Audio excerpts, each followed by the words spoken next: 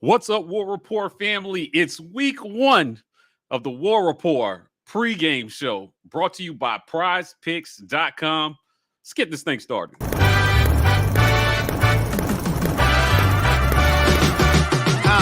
Pregame, halftime, and post the whole time the chat live. We around our folks, but we gon' keep the chat tight, keeping out trolls. That's why you gotta get your green name on, your pregame on, cause ain't nobody doing it better, reviewing it better, building rapport so you in tune with the players, with some quick prize picks so you can scoop you some cheddar. Get your mug or your shirt with the letters. Game time.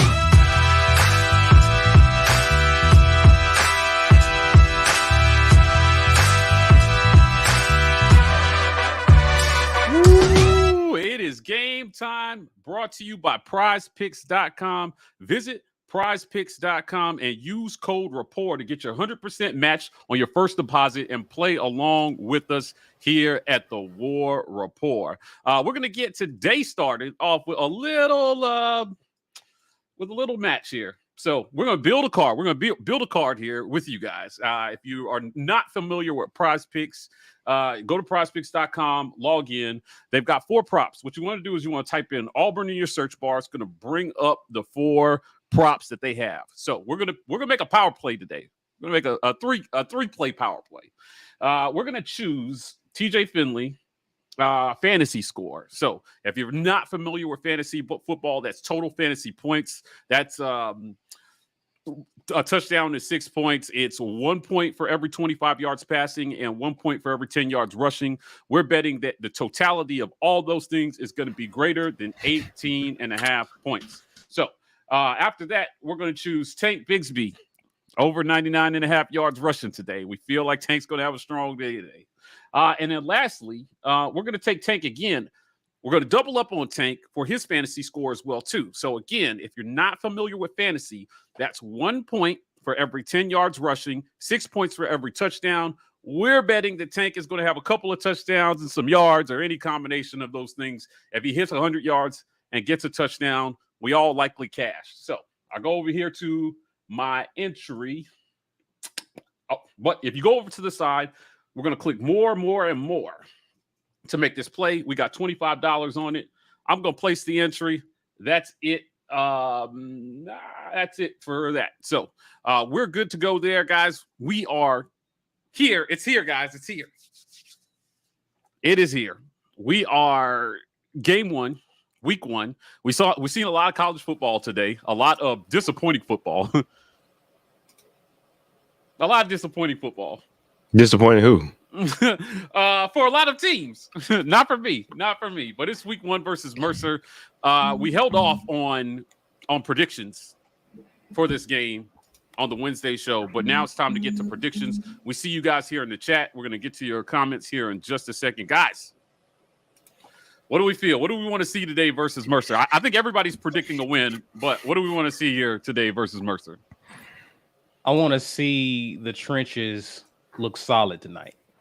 I want to see us push some guys around offensively. I want to see the defense look like a brick wall, making it difficult for Mercer to look anything like what they resembled last week against Morehead State. I just want to see us look like very competent along our lines. We do that. We take care of business. We get our guys, our skill position guys, time to work and do their thing. It'll be a good night for the good fellas. Brian, what do you want to see today? I want to see 65% completion on Mercer. I've never been one that we have to be over 65% to have a good year. I think anywhere between 60 and 62 with slight improvement everywhere else would be fantastic. But a game against Mercer where what we should be doing is fine-tuning the offense against live bodies who can tackle us. So I want to see 65% completion. And what's important about those live bodies trying to tackle is that means somebody's going to be barreling down that gun at TJ. At his body or at his lower body, and he still needs to be able to stand there and complete that pass. Whether or not TJ can be accurate mid and short will determine really how far the offense can go. Because I know he can be, but can he do it in live reps?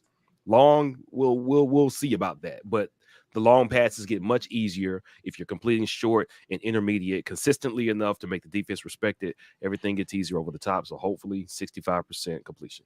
I agree. I think 65% would be acceptable today. I would like to see north of 70, honestly, versus Mercer. But it is raining today, so the weather looks a little up and down in Auburn today. They're forecasting rain and thunderstorms. So if it's a messy game, I expect us to keep it on the ground a little bit more. So I'll be interested to see what TJ Finley's stats are like if it's a wet, sloppy game out there today. Again, we see you guys in the chat. I see you guys filing in here. 200 people right off the rip for pregame.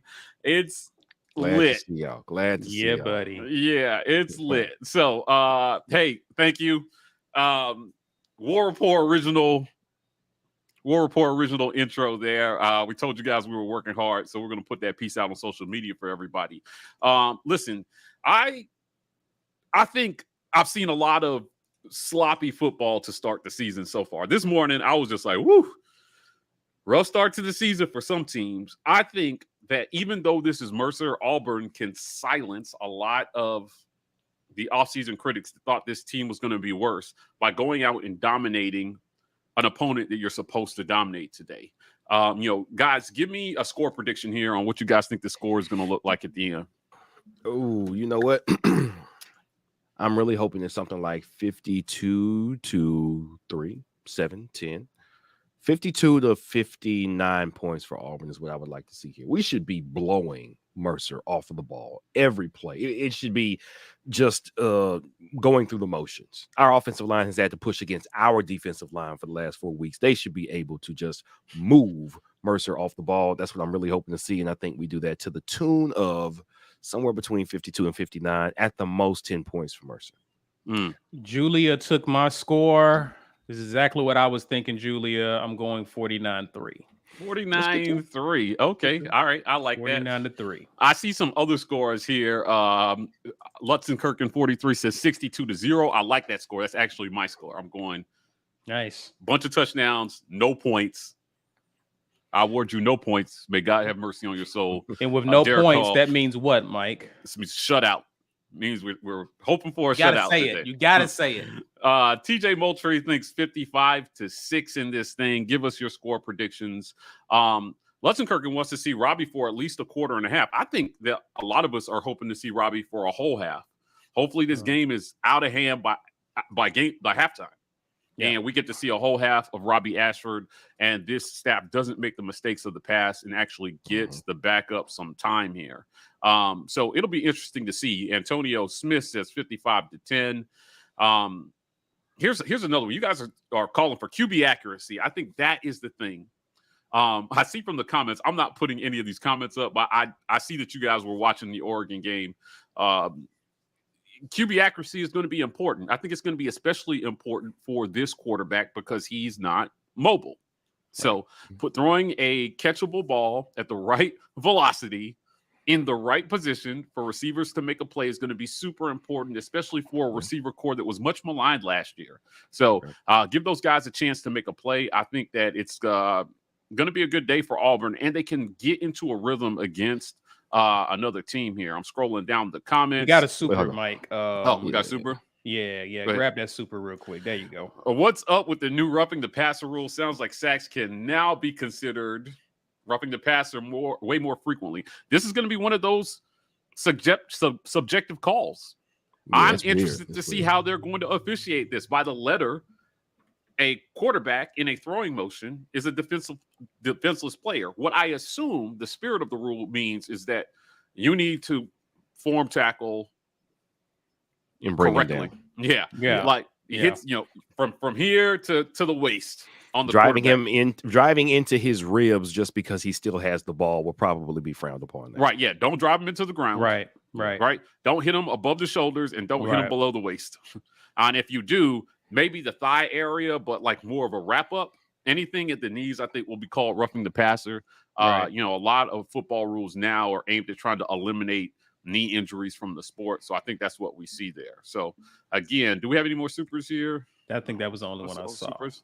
Well, this is the first pregame live of the season. You're here with myself, C-Dub, B. Will. Ike Jones is at the game in the box right now, watching warm-ups, feeding us intel. So he may jump in here at some point during halftime or post game and give us a live update about what he's watching. From a coaching standpoint, guys, what do we want to see from the coaching this year? What do we want to see that the coaches have learned year over year in this game? Now, we played Akron to start, I think it was last year, and it looked great out of the gate. But, how do we properly gauge in game one if this coaching staff is taking the next step that we hope the players have? Well, I think we'll be able to tell in two places. Number one, quarterback, and number two, wide receiver.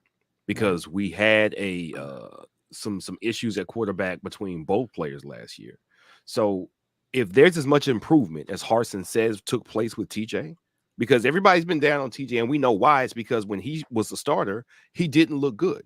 So you had an offseason, you had a spring, you had a fall, and the coaches compliment your resolve, your commitment, your attention to detail, and your maturity. Well, we need to see it.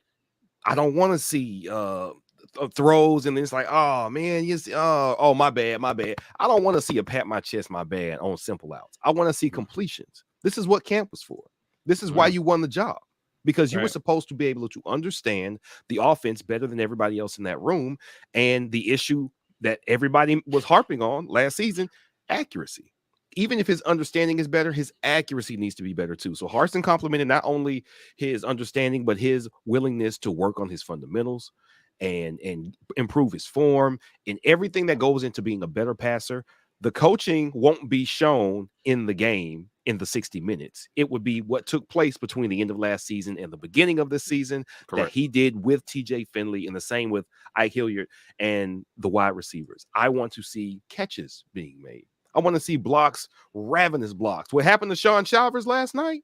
I don't want to see that happening either. Facts. And you know what? I felt there was a writer, like a Big Ten writer or something, saying, "Welcome to the Big Ten." I was like, bro, you mean where they don't block on the outside? Because that definitely was not Shivers' fault.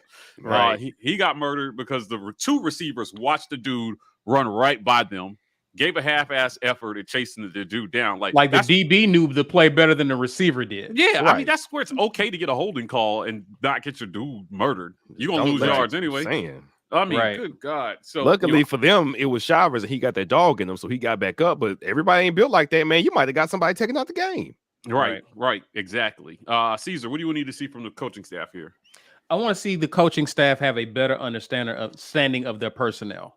Last year, throughout the season, a lot of what we saw, the slow adjustments, was based on the fact that there wasn't quite sure what these guys can do in the game. Well, this is year 2. So a lot of these guys, you should have a firm understanding and grasp of their abilities, and you've been scheming around their abilities up to this point. Right. We've addressed one issue with the offensive coordinator in terms of play calling. So I want to see better play calls on the offensive side, especially situationally, if we need to get some short yardage, we don't pass unnecessarily or call a horrible pass play when we need to run the ball with Tank. I want to see us play to our strengths. I want to see us scheme around our guys who are playmakers and who can make plays for us.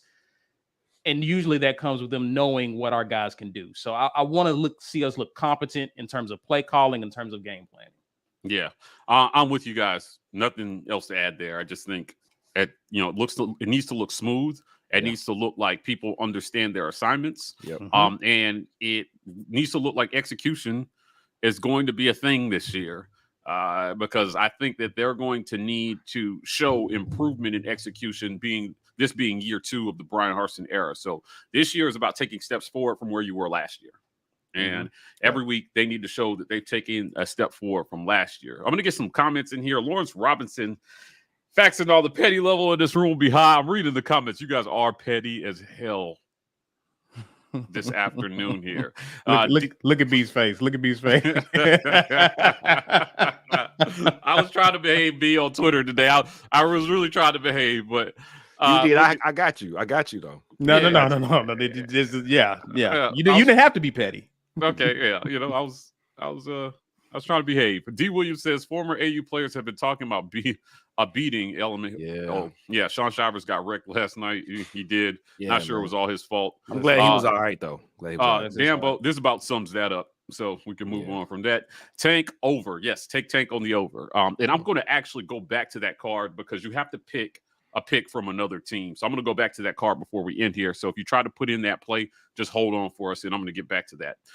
We got some score predictions here: 62-10, 62-17, 42-10, 73-3. People are expecting blowouts here, guys. For sure. People are expecting. People want the blowouts. TJ throws for over 315 yards total. I think this would be a best case for TJ. Man, this would be amazing. 315 and out. On maybe 20 throws. 20 throws in the first half. I don't want to see him getting 315 yards because he had to throw a lot. Yeah, maybe 15 throws in the first half. They're big plays. Like a lot of these should be chunk plays because you've had busted coverage. You've had some things happen to where he shouldn't be throwing more than 25 times in this game. Got it. Yeah, listen, weather may be a factor here, so we're going to keep an eye on that, and we'll talk about it at halftime. Lawrence says, want to see smooth operations, getting the calls in on time, players lined up correctly. Agreed. That's what these games are for.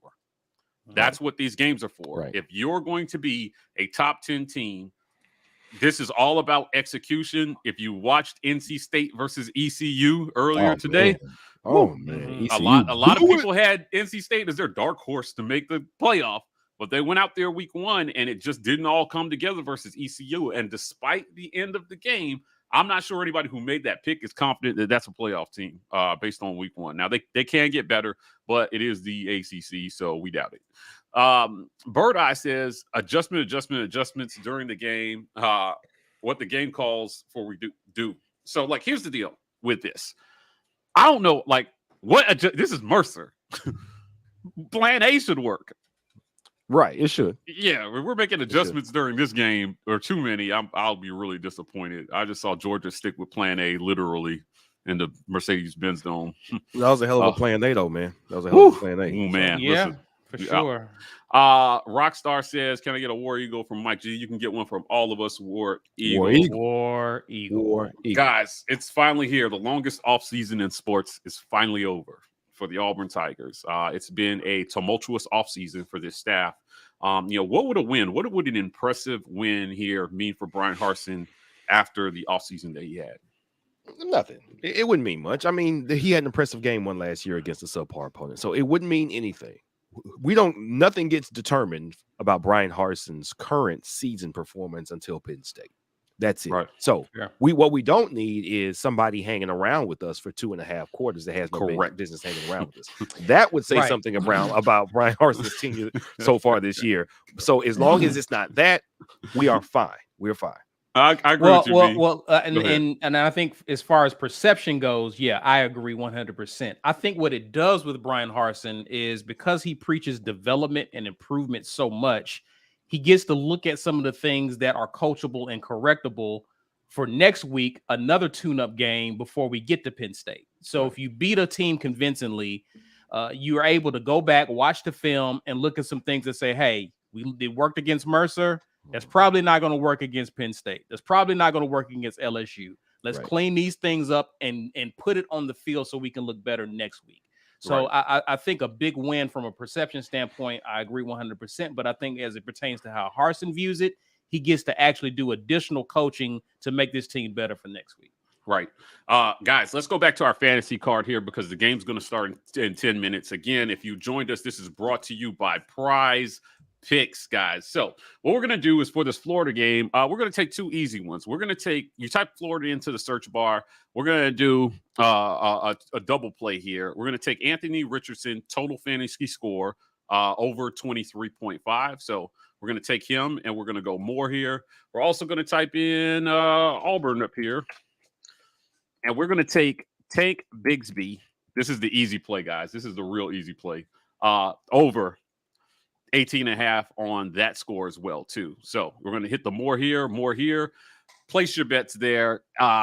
We need those two to hit to win, but hopefully after the game, we're talking about how that paid off. So we're taking Anthony Richardson fantasy score, and we're taking Tank Bigsby fantasy score over 18.5, over 23.5. Let's make some money. Courtesy of PrizePicks.com. Use code REPORT to get a 100% bonus match from PrizePicks. They're a great sponsor of ours, so we appreciate them sponsoring this segment. Guys, let's talk backup. Let's talk about backup quarterbacks here for a second. What is the worst case scenario for Robbie Ashford in this game in terms of getting playing time? What do we want to see from Robbie Ashford? When do we want to see Robbie Ashford? Well, worst case is he doesn't get in. Yeah, right? I know. Well, that would be worst case for Auburn in general, but right.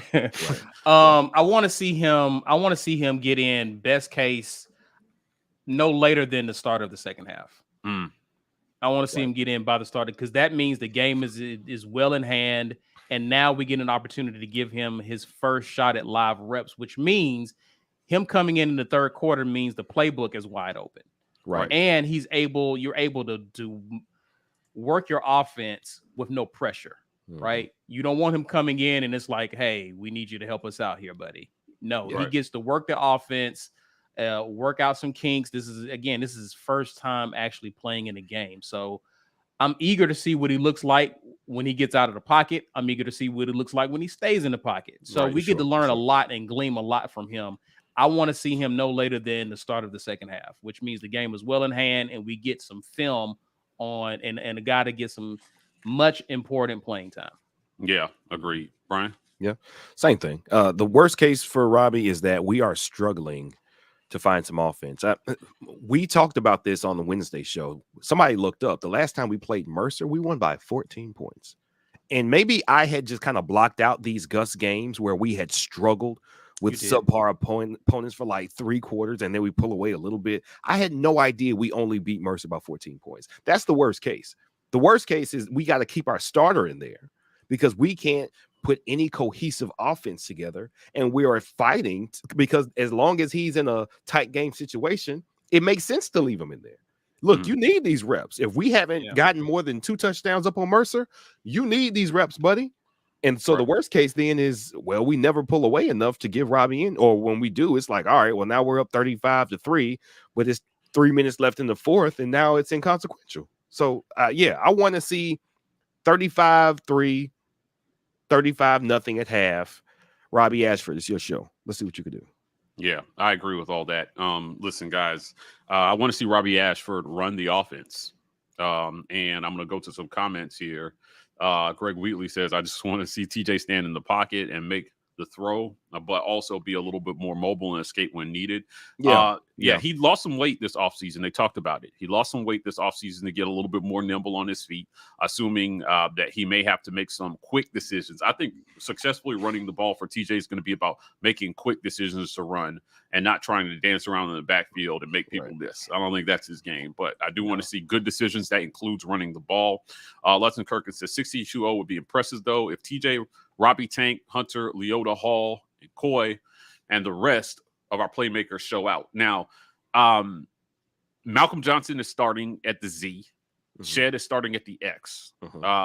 Camden Brown is backing up Shedrick Jackson at the X, and Coy is backing up Malcolm at the Z. So this is, I feel like Harsin kind of hinted in his press conference that the competition continues week to week for these starting positions. So these guys have been given, as the seniors in the room on this team, they've been given the first shot to go out here and put a stranglehold on the job. If it doesn't look good, or routes aren't run, or balls are missed or dropped, I expect Camden Brown and Coy Moore to make strong pushes for those ones at X and Z. So we'll see. Also interested to see how much 12 personnel we run and see if we've got 2 tight ends in the game at any time. Lawrence wants to see a ton of wide receivers play as well. Yeah, I think wide receiver play, again, this is one of those things that people are just like, man, we need to get better at wide receiver. I'm not sure that the wide receivers were bad, but we're going to see how much better they can play in this one against a weaker opponent. Guys, final thoughts on this game. We've given our score predictions. Any final thoughts about Brian Harsin in year 2? This is it, man. This is it. He's got an opportunity with not, it's not like he had, hey, this is the 3rd or 4th year where all your recruits. No, he had to transfer portal to plug some holes on offense and defense, but he got his staff. He got his guys. No snakes in the grass anymore. I'm happy that he gets to start it and that this team has bought in completely. We'll get to see the difference of buy-in versus no buy-in, because let everybody tell it, the players we lost were the most talented players in Auburn history. Facts. So we should be so awful that we don't make a bowl game. I am very excited for him to get the players that were here that nobody wanted and nobody wanted to see, put his stamp on them, his process on them, and we will see the difference between a Harsin team with players that are all bought in and a Harsin team where everybody's pulling the other direction and pulling the ship down. We were so close last year to actually getting 9 wins. We were right there on the cusp, and we did it with a team, according on good authority, almost less than 50% bought in. Right. We're closer to 100% now. So I'm curious to see what that version of Auburn looks like, and we're about to find out shortly. Yeah, I'm agreeing with both of you guys. The buy-in part, we've been told, was a problem last year. Now you've got everybody on this team tugging the same direction. Shedrick Jackson said in a building report interview with us that this is his 5th year, man. This is the best feeling they've ever had in the building. And these guys like that everybody is counting them out. I expect them to go out there and physically dominate a weaker opponent. I'm more worried, guys, about coaching this year than I am about talent. Now, I think that, to have a good season, to have an 8-9 win season, the coaches need to scheme guys into the right position to make plays and win football games. So the staff has a lot to prove if Harsin is going to make it to year 3. I don't think that he can have a losing season. So getting this kicked off, this first 5-game stretch kicked off early is going to be super important for this staff to have a good first 5 games. You got 5 games at home. Right. You got to beat Penn State. They look beatable. You've got to beat LSU. You've got to beat Missouri, and then you've got to dominate these weaker opponents. Well, that's it for our pregame show, guys. We'll be back at halftime and back at postgame to see how this thing goes. So we'll commune again at the halftime. Please, if you are not a War Rapport member and you want to get involved on the festivities, become a patron. $5.99. Go to our YouTube channel and hit that join button to become a patron so you can be a part of that chat, guys. We'll see you at halftime.